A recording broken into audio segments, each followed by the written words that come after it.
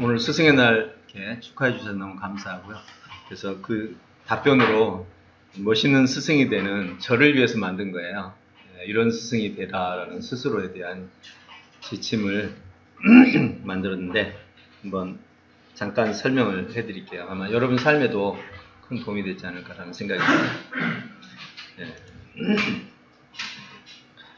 멋있는 스승이라는 말이, 멋있는이라는 말이 멋있다. 이게 무슨 뜻인지 혹시 아세요? 맞춰보세요.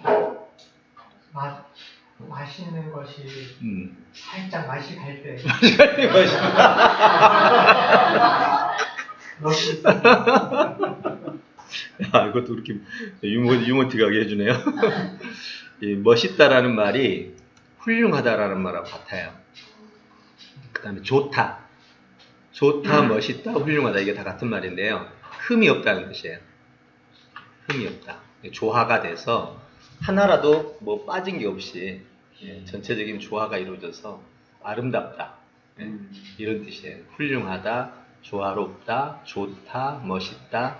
그러니까 하나님이 이 천지를 창조하고 보시기에 좋았다라 할 때 그 마음에 드는 흡족한 모습.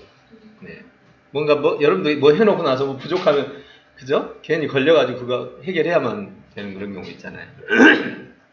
그래서 이제 멋있는 스승, 그러니까 조화로운 스승이 되기 위해서 정리한 내용인데요. 제가 이제 스승에 대한 꿈을 꾸게 된 것은 성현들 책을 많이 읽게 되니까 이 꿈이 자연적으로 생기더라고요. 원래 유교의 최고 덕이 입지라고 그러잖아요. 입지. 꿈을 세워라. 경몽요결의 10가지, 요결의 3가지가 첫째가 입지해라, 두 번째 검신해라, 그 다음에 세 번째가 독서해라거든요. 꿈을 세우고 그 꿈에서 벗어나지 마라 이거죠. 검신, 묶을검이거든요. 꿈에다가 자기를 묶어라 이 말이에요. 그거는 이제 우리가 흔히 말할 때 꿈을 세우라 그 다음에 하는 일이 그 꿈이 이루어지기 위해서 시스템을 만들어라 이 뜻이에요. 내 몸이 그 꿈속에 아예 묻혀 살도록 만들어라. 이게 검신. 그 다음에 이제 꿈에 내 몸이 묶였으면 그때부터 공부해라. 독서해라. 그러고 이제 4번째부터가 뭐냐면 4번째부터 10번째가 이렇게 살아라. 이게 이제 삶의 지침이에요. 그게 이제 우리가 흔히 말하는 부부유별이니 군자에 관한 덕 있잖아요. 그 덕. 그 얘기가 이제 아래 내용이에요. 그러니까 그 실행 이전에 갖춰야 될 게 바로 입지. 입지에서 입이 뭐냐? 그러니까 입을 세우는 거니까 지가 뭐냐면 그게 바로 성인군자예요. 동양의 성인군자, 서양의 성현 또는 훌륭한 사람. 그들이 가지고 있는 공통점이 뭐예요? 진리와 지식을 사람들에게 형편에 맞게 제공해주는 역량, 그걸 우리는 스승이다 이렇게 부르죠. 그래서 그게 멋있어 보였어요. 멋있어 보여서 이왕이면 거기다 뜻을 두자. 근데 이걸 하려면 일단은 정보량이 많아야 돼요. 정보량이 많아야 각 사람의 형편에 따라 질문이 들어왔을 때 그 질문에 최적의 답을 해서 그분이 그 메시지 하나만 가지고도 자기 삶의 문제를 해결할 수 있도록. 그래서 유대인은 이를 뭐라고 부르죠? 랍비라고 그러죠. 유대인에게 있어서 랍비라는 것은 그 민족 정체성이에요. 그러니까 나라가 망해도 랍비만 살아있으면 된다. 이 정도로 그 랍비를 소중하게 여기죠. 그래서 마이크 관리 좀 부탁합니다.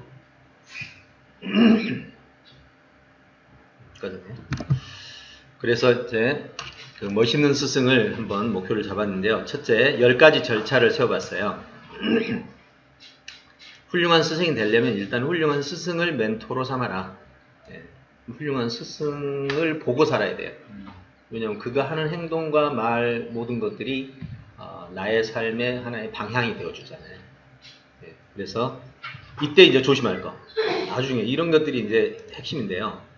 훌륭한 사람을 만나고 싶으면 그가 말하는 걸 듣지 말고 행동하는 걸 봐라. 말보다 행동이 중요하다는 거죠. 그러면 좋아요. 혹시 말은 훌륭하고 행동이 모자라면 그의 말을 실천하라. 굉장히 중요한 말이에요, 이게. 이때 이제 사람들이 어떤 실수를 하냐? 저 사람 말은 좋은데 행동이 엉망이네? 그럼 그 말은 진리거든. 그 자기 자신은 실행을 못해도 그 말을 알고는 있잖아요. 예. 그러니까 그 말은 가치 있게 여기고 행동은 분리시켜서 보라는 거예요. 왜냐면 이제 여기서 나타나는 게 바로 모든 사람이 완벽하지 않다라는 거예요. 그래서 혹시 그의 말이 둔하고 행동이 훌륭하면 그의 행동을 따라라. 행동과 말을 분리시키라는 거죠. 왜? 당신이 만약 행동과 말이 일치되는 스승을 찾다가 만약에 하나도 일치되지 않는 경우를 만나면 실망할 거 아니냐. 근데 이 세상에 말과 행동이 100% 일치하는 사람이 있을까요? 100%? 없어요. 예. 왜냐면 다 그 고민, 스승도 다 그 고민하고 있어요. 자기가 말하는 거. 예, 다 그 고민 하거든요. 그래서 그런 경우 만났을 때 분리시켜서 보고, 그 다음에 훌륭한 말과 그 훌륭한 행동이 일치하면 그를 스승으로 모셔라. 예, 이제 진정한 스승이 되는 거죠. 그래서 여기는 반쪽 스승이야. 말은 따르고 행동은 분리하고, 행동은 따르고 말은 분리하고. 예, 완전한 스승은 바로 이게 이제 완전한 스승이다. 그러나 혹시 이런 스승이 부족하다 하더라도 이렇게 멘토를 삼아라. 굉장히 중요하죠. 내가 이걸 30대에 몰랐어요. 이래가지고 이거 보면 저게 부족하고 저거 보면 이게 부족하고 결국은 진정한 스승커녕은 아예 근처에도 못 가보는 일이 있었죠. 두 번째, 스승이 되려면 일단 문제를 기회로 삼아라. 어려운 일을 만나면 기회로 여기고, 이걸 저는 이렇게 표현을 했어요. 여러분들을 이 어려움 앞에서 아니면 남이 나를 남이 나를 괴롭힐 때 용서를 해야 되잖아요. 근데 내가 남을 용서를 잘하려면, 달리기를 잘하려면 어떻게 해야 된다고요? 간단하잖아요. 달려야지. 달려야죠. 예, 달리기를 잘한다는 생각만 계속하면 달려지는 게 아니죠. 용서를 잘하려면 어떻게 하면 돼요? 용서를 계속 해야 돼. 그 말의 의미는 뭐예요? 계속 누군가가 나를 괴롭혀야 되죠. 그죠? 그러면 괴롭히는 게 힘들어요? 괴롭힘 당하는 게 힘들어요? 자, 잘 생각해 보세요. 괴롭히는 게 힘들어요? 내가 괴롭힘을 당하는 게 힘들어요? 자, 시작. 둘 다 힘들어요. 둘 다 힘들어요. 근데 원리적으로 보면요, 나를 괴롭히는 사람이 윗사람일 경우만 빼고, 나보다 동류이거나 나보다 낮은 사람일 경우, 윗사람 이따가 설명해 줄게요. 나와 동류이거나 나보다 낮은 사람일 경우에 나를 괴롭힐 때는 누가 먼저 힘들었기 때문에 나를 괴롭힐까요? 그렇죠. 그 사람이 먼저 힘든 거예요. 쌓여가지고 더 이상 해결이 안 돼서 나한테 이제 불평하고 화풀이 하는 거예요. 그러니까 대부분의 나를 괴롭히는 사람은 상사 말고 먼저 그들이 힘든 거예요. 절대 내가 먼저 힘든 거 아니에요. 나는 모르고 있다고. 네. 맞죠? 네. 예. 항상 그래요. 근데 이제 우리는 이렇게 말하죠. 왜 그래? 지금 힘든 거야? 이제 힘든 거야? 왜 그러는 거야, 지금? 근데 사실은 그 사람은 오랫동안 힘들어하는 거예요. 또, 윗사람일 경우에는요, 내가 괴롭힘을 받아야 될 만한 이유가 없을 때를 얘기하는 거죠. 내가 괴롭힘 받아야 될 이유가 있다면 내가 잘못해서 받는 거죠. 보통 윗사람이 나를 괴롭힌다 이런 말을 쓸 때는 내가 잘못한 게 없는데 지금 뭐 일이 꼬여서 한다든지 그 사람이 문제가 있어서 그런다는 거지, 내가 잘못한 게 있을 때 당연히 그거는 내 책임이죠. 그럼 내가 잘못한 게 없어서 윗사람이 나를 괴롭힌다. 이런 경우는 그 윗사람 오래 못 가요. 나만 그러겠어요? 네, 또 다른 사람도 그렇게 한다고. 결국 그 사람은 뒤로 가서 사람들로부터 소외받고, 시간이 가면 갈수록 그 사람은 피폐해지고, 그 사람은 뒤로 가서 결국 어려운 삶을 살게 돼요. 네, 그러니까 지금 당장은 아닌 것처럼 보이지만 뒤로 가서는 결코 행복하지 못해요. 남을 괴롭히는 사람이 어찌 정상적으로 삶을 살겠어요? 그 사람은 틀림없이 어떤 뒷 권력이 있거나 뭐 백이 있거나 이렇게 해서 된 사람인데, 그렇게 생각해보면, 자, 지금부터 이제 재미난 얘기를 해줄게요. 그러면 내가 용서를 잘 하려면 용서를 많이 해봐야 되는데 누군가가 많이 나를 괴롭혀야 되잖아. 그죠? 네. 그럼 괴롭히는 사람은 얼마나 힘들어. 그러니까 그 사람들을 힘들게 한 게 누구예요? 나잖아. 내가 힘들게 했기 때문에 그 사람이 나한테 화풀이를 하는 거거든요. 뭔가. 다시 말해서 누군가가 나를 괴롭히는 사람이 있어야 나도 용서를 하는 법을 외워. 자, 그러면 내가 잘못해서 남이 괴롭혀. 내가 용서할 일이 있어요? 아니, 내가 잘못해서 남이 괴롭힌다니까. 그럼 내가 뭐라고 말해야 돼, 이런 거? 내가 용서해야 돼요? 책임이지. 네, 내가 미안해. 지금 굉장히 중요한 얘기하고 있어요. 남이 나를 괴롭혔다면 틀림없이 내가 용서를 해야 되는 입장이라면 내가 잘못이 없는데 괴롭힘을 당하는 것들이야. 그렇죠? 그런 경우가 많지는 않겠지만 어쨌든 간에 내가 용서를 한다는 말은 그런 상황이 많아야 되는데 그렇다는 말은 그 상황을 한번 만들어 보세요. 그 상황을 만들어서 연극 배우를 쓰라 이 말이에요. 연극 배우를 써가지고 그 상황을 한번 만들어 봅시다. 한 번 하는데 돈이 얼마나 들어갈까요? 나는 몰라야 돼. 저 사람이 나를 지금 일부러 괴롭히고 있어. 연극 배우가. 저 사람 힘 안 들지. 그래야 이제 진짜 내가 용서를 배우는 거죠.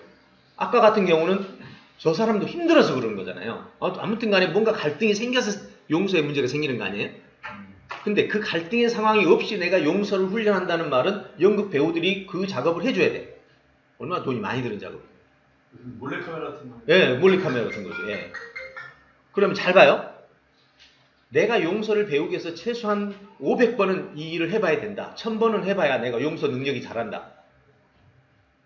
실제로 우리가 돈을 써서 연극 배우를 쓸 수 없다는 입장에서 본다면 500번, 1000번을 자기도 힘들게끔 나를 갈구는, 자기도 힘들어가면서 나를 갈구는 거지 힘 안 들고 갈구지는 않을 거란 말이에요. 그런 사람들에게 나는 지금 뭐 해야 돼? 감사. 예, 연극비를 줘야지. 사실 힘들게 안 해야 되는데 예, 그 사람이 힘들어가면서 나를 지금 용서 훈련을 시키고 있다니까요. 잘 생각해봐요. 어떻게 용서를 배우는데 배울 수 있는 방법은 유일하게 용서를 해줘야 될 어떤 상황이 있어야 돼. 근데 그 사람 괴로워 죽으려고 그러면서 나를 지금 힘들게 하는 거 아니에요. 나도 힘들고. 진짜 나를 괴롭히는 사람을 감사해야 된다. 진짜. 당신이 용서를 배우고 싶다면. 안 배우고 싶다고요? 그럼 평생 힘들게 살면 돼. 왜? 사람하고 사는 게, 용서 안 하고 사는 게 얼마나 힘든지 아직 모르시면, 이건, 예. 굉장히 중요한 얘기예요. 그러면 어떻게 하면 용서를 가장 빨리 배우느냐? 보기만 해도 힘든 상황이 있어야 돼. 그 상황이 언제인 줄 아세요? 나병 환자들하고 같이 살아봐. 보는 것만 해도 괴로워 죽는 거야. 가난한 사람들하고 함께 살아봐. 나 혼자 먹어봐. 나도 여기 이렇게 배고픔에 막 굶어 죽고 있는데 나 혼자 먹어봐. 편해요? 답이 안 나와. 예. 일상적인 모든 삶이 괴로운 거야. 일상의 모든 삶이 괴로워질 때 그때 자기 자신이 어떤 존재인지를 알아.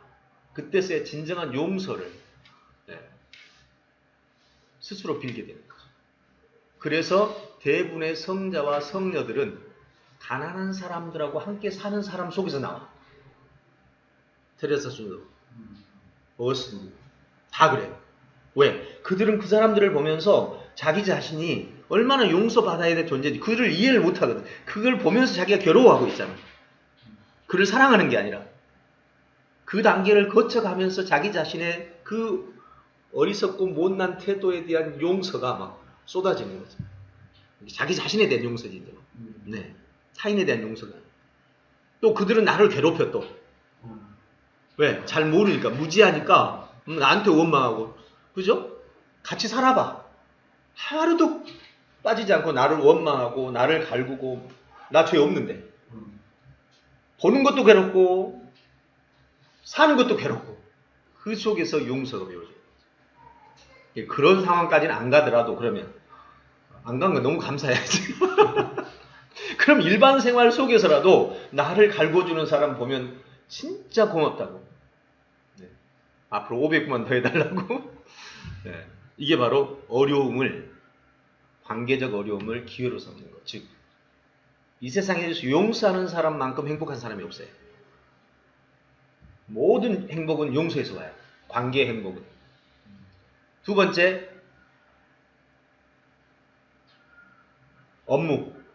업무의 행복은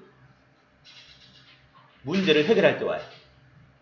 즉 남들은 문제에서 막 힘들다고 하는데 나는 그냥 재미있게 수행할 수 있을 때, 이건 정말 행복이거든요. 즉 어떤 일을 잘할 때 행복이 온다고. 인간관계에서는 그 사람을 용서하고 화합을 이룰 때 행복이 오고, 일을 할 때는 그 일을 잘할 때 행복이 와. 그럼 세상에 태어나서 일을 바로 잘하는 사람 없을 거 아니에요. 그럼 어떻게 잘하게 됐을까요? 방법은 하나밖에 없어요. 못하는 일을 극복해 나가면 돼요. 예. 못하는 일이 나타나는 순간 그거를 나만 해결 못하는 건가, 남이 해결 못하는 건가. 나만 해결 못한다. 그러면 이제 이건 평균 이하의 능력이라는 소리잖아. 빨리 그걸 극복해야 돼. 이거는 부끄러워하면서 극복해야 돼. 예. 근데 보니까 다 해결 못해. 그때는 자랑스러워하면서 그걸 극복해야 돼. 자랑스러워하면서 이건 부끄러워하면서 극복하고, 이건 자랑스러워하면서 극복하면 돼. 근데 문제가 나타날 때마다 나는 왜 이래, 나에게만 이런 문제가 아니지. 다 생겼는데 나는 해결 못해서 생긴 거고. 이 이상의 문제는 나에게 준 기회이고, 내가 명예를 얻을 수 있고 돈을 얻을 수 있는 기회예요. 이렇게 문제를 기회로 삼는 거. 두 가지 기회예요. 하나는 관계적 기회, 하나는 업무의 기회, 역량의 기회. 그리고 이제 다가올 문제를 해결할 수 있도록 이제 세팅을 하는 거죠. 제 인생에 가장 큰 영향을 미쳤던 일이 하나가 바로 이거예요. 어떤 일을 하다가 못하면 무슨 일이 잘 안 돼요. 그럼 남 탓을 일단 중지. 남 탓 중지하고 바로 내가 뭘 못해서 그렇지, 무슨 능력이 부족하지? 이럴 때가 제일 이제 쉽지 않거든요. 내가 일을 맡겼는데 그 사람이 일을 잘못해서 일을 망가진 경우 바로 엉망이 된 거죠. 그때도 이렇게 생각하는 거죠. 내가 맡길 때 그것도 예측 못했나? 이 사람이 못할 거라는 걸 예측 못했나?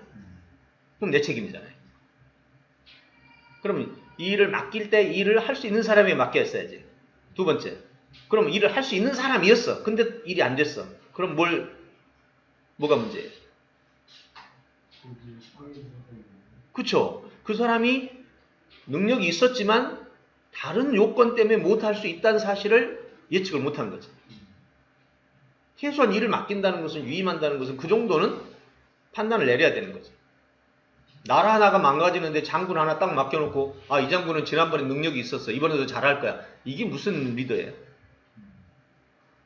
지금 이 싸움에서 이 사람이 이길 수 있는지 없는지를 판단하는 건 마지막 리더의 몫이죠. 어차피 책임은 자기가 질 거잖아. 그러면 그걸 다 예측을 했어야 돼.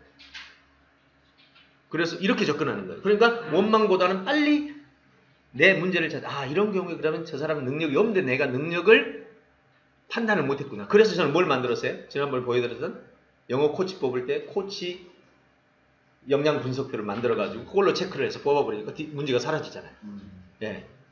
또 한 번은 리더를 임명하는데 리더가 역량은 되는데 어떤 관계성 속에서 문제가 생기잖아요. 그래서 또 이런 형태의 계약서를 또 만들었어요. 이런 식으로.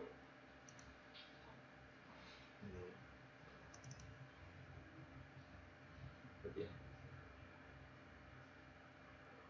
못 찾겠다. 여기 있다.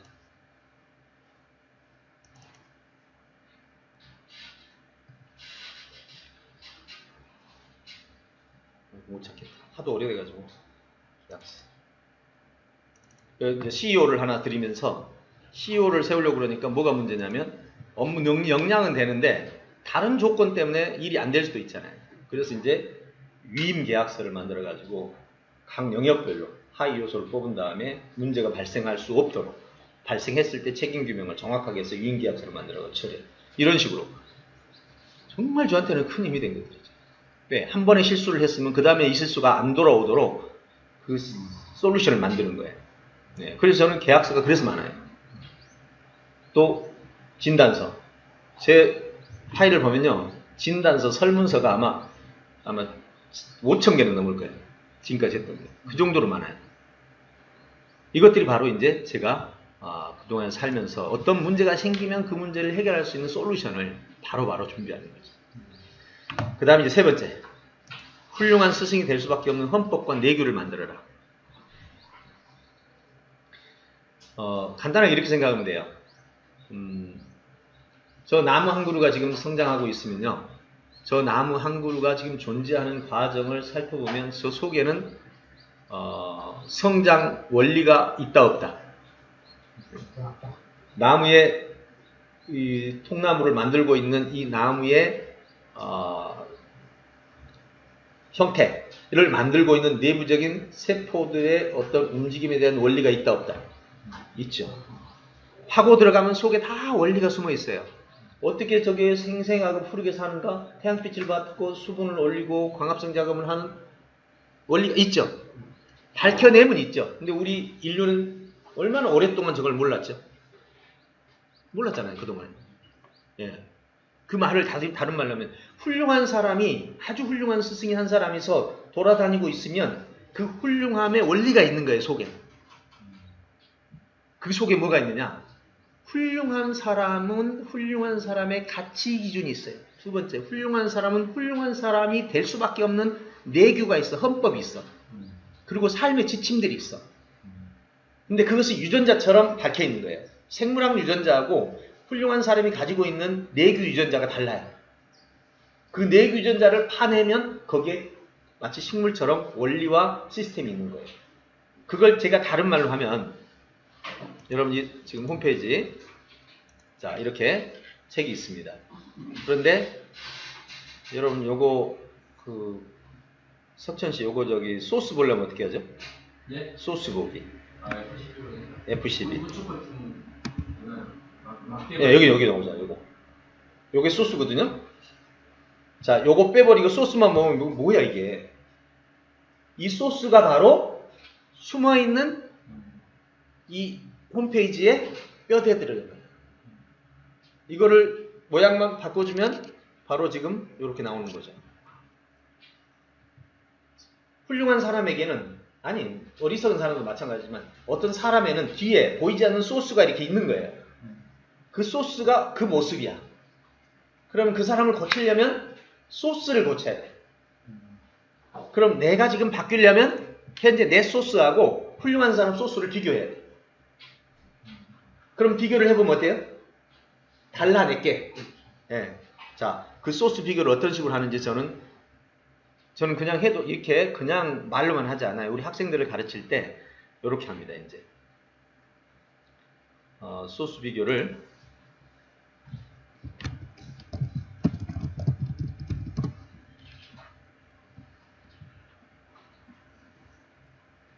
자 먼저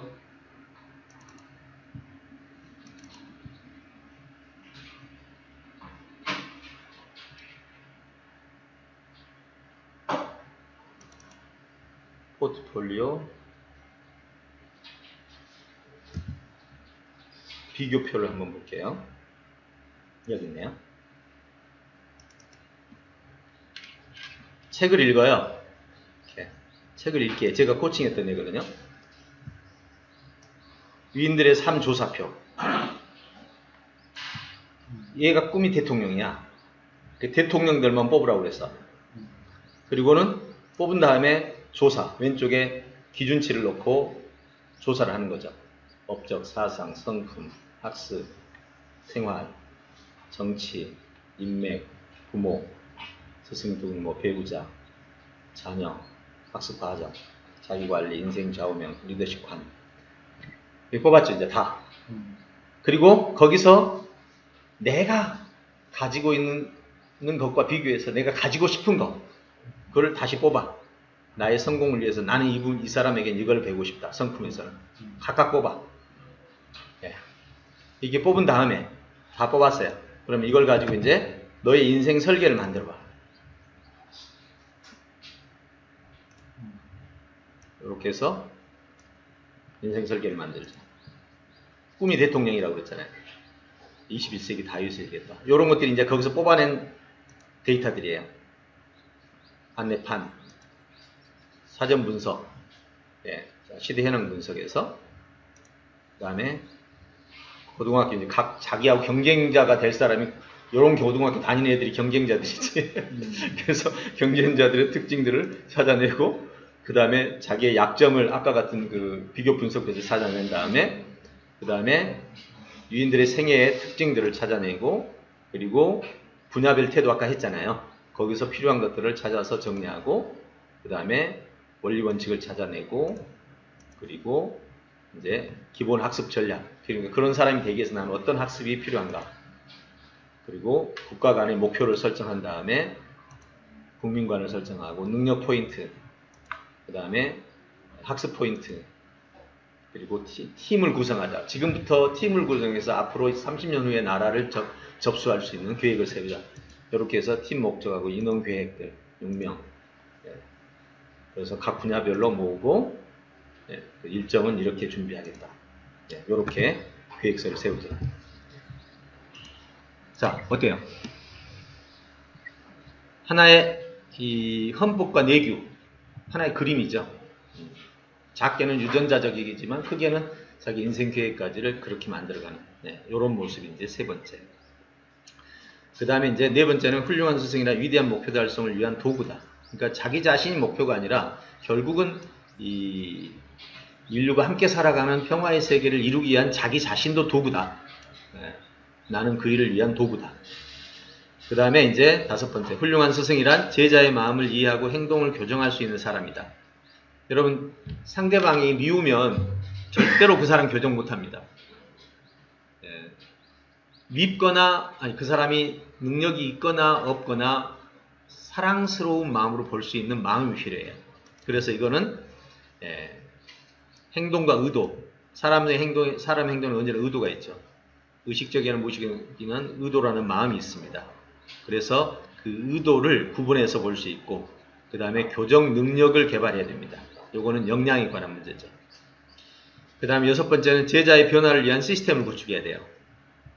자, 크게 네 가지 시스템인데, 동기화 가능한 시스템, 의무화 가능한 시스템, 구조화 가능한 시스템, 모델화 가능한 시스템. 네, 이러한 네 가지 시스템이 있으면 제자가 스스로 변하는, 네, 그러한 시스템이 가능하죠. 그 다음에 일곱 번째, 온유함, 사랑과 정확함, 정의를 바르게 사용할 줄 아는 것. 사실 이게 힘들거든요.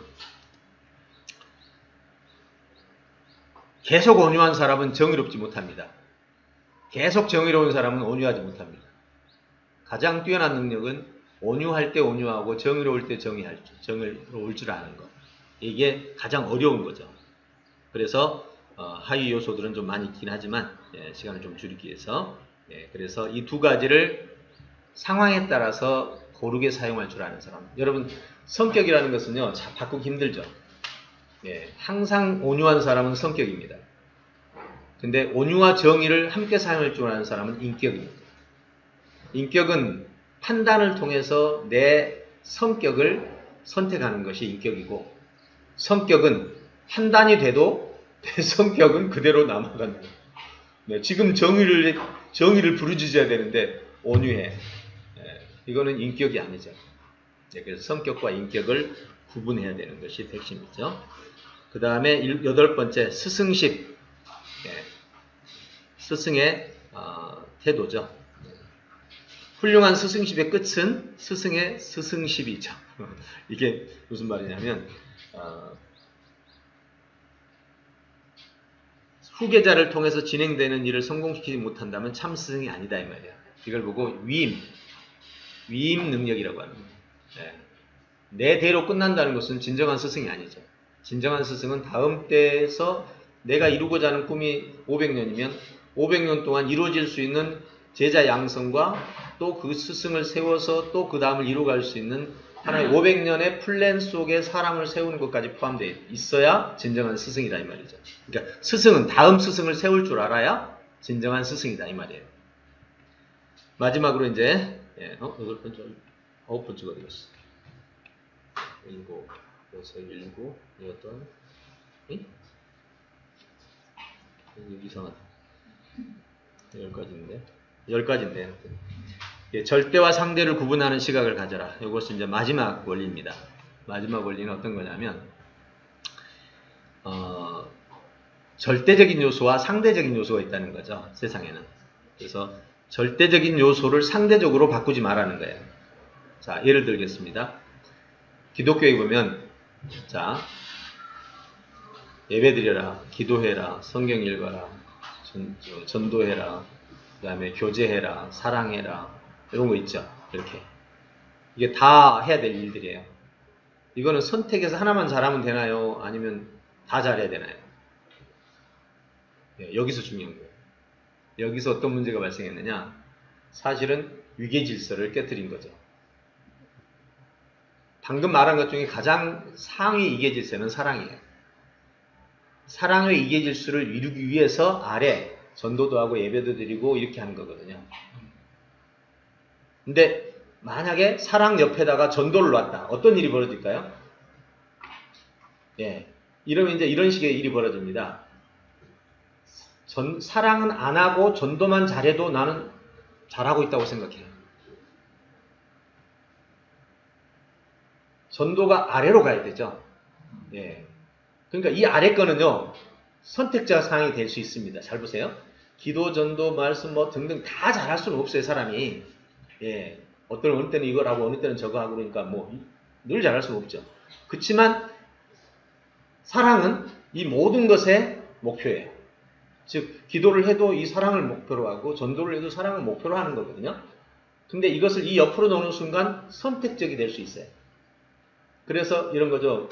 교회에서 우상이라고 말할 때 어떤 게 우상인 줄 아세요? 하나님 옆에 돈을 넣으면 겸해서 섬긴다든지 얘를 위로 올린다든지 위계 질서를 깨트리는 걸 우상이라고 해요. 아주 중요한 개념이에요. 쉽게 말해봅시다. 대통령 옆에다가 최순실 이 얼마나 국가적인 수치였습니까? 네, 이런 것들을 우리는 위계 질서가 무너졌다고 그러거든요. 네, 그래서 중요한 것과 덜 중요한 것을 위계 질서 속에서 바라봐야 되는데 그렇게 보지 못하는 거. 네, 절대와 상대를 제가 신을 가지고 설명한 이유는 그게 가장 빨리 이해가 될 것 같아서 설명한 거고요. 어쨌든 절대와 상대. 그러면 학교의 교장 선생님과 선생님을 같은 레벨로 놓고 대화하면 그 자체가 예의가 없는 거잖아요. 예. 이런 것들. 아주 간단한 예를 든다면. 그래서 절대와 상대를 꼭 구분해라. 그래야 옳은 일을 하면서도 수치를 안 당하는 거예요. 보세요. 교장 선생님 옆에 있어. 교장 선생님 옆에 없어. 자, 옆에 없을 때 선생님이 깍듯했어. 교장 선생님 옆에 있어.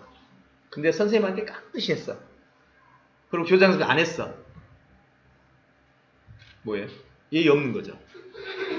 즉 절대와 상대를 구분을 못하면 옳은 일을 하고도 나쁜 일이 돼요. 굉장히 중요한 거예요. 이게. 여러분 삶을 바라볼 때 바로 위계 속에서 볼 줄 아는 능력. 이것이 바로 이제 신과의 관계, 마지막은 신과의 관계고 인간관계, 업무관계. 그러면 업무에서 이렇게 말하죠. 성공하려면 먼저 할 것과 뒤로 할 걸 구분해라. 그죠? 이것도 결국 절대와 상대를 구분하는 거죠. 그러니까 그게 도구냐, 목적이냐. 이걸 통해서 인간의 삶이 결정된다. 네, 아주 중요한 얘기입니다. 자, 여기까지 10가지 한번 정리를 해봤습니다. 그래서 결론은 이제 세상에서 가장 뛰어난 법을 선택해라. 세상에서 가장 뛰어난 법이 뭐냐? 그 법을 따라가는 것이 바로 당신이 스승이 되는 길이다. 이렇게 정리를 해봤습니다. 네. 어때요? 멋있는 스승 되고 싶죠? 네. 네, 우리 같이 우리 스승의 날을 맞아서 잠시 서로의 꿈을 한번 다져봤습니다.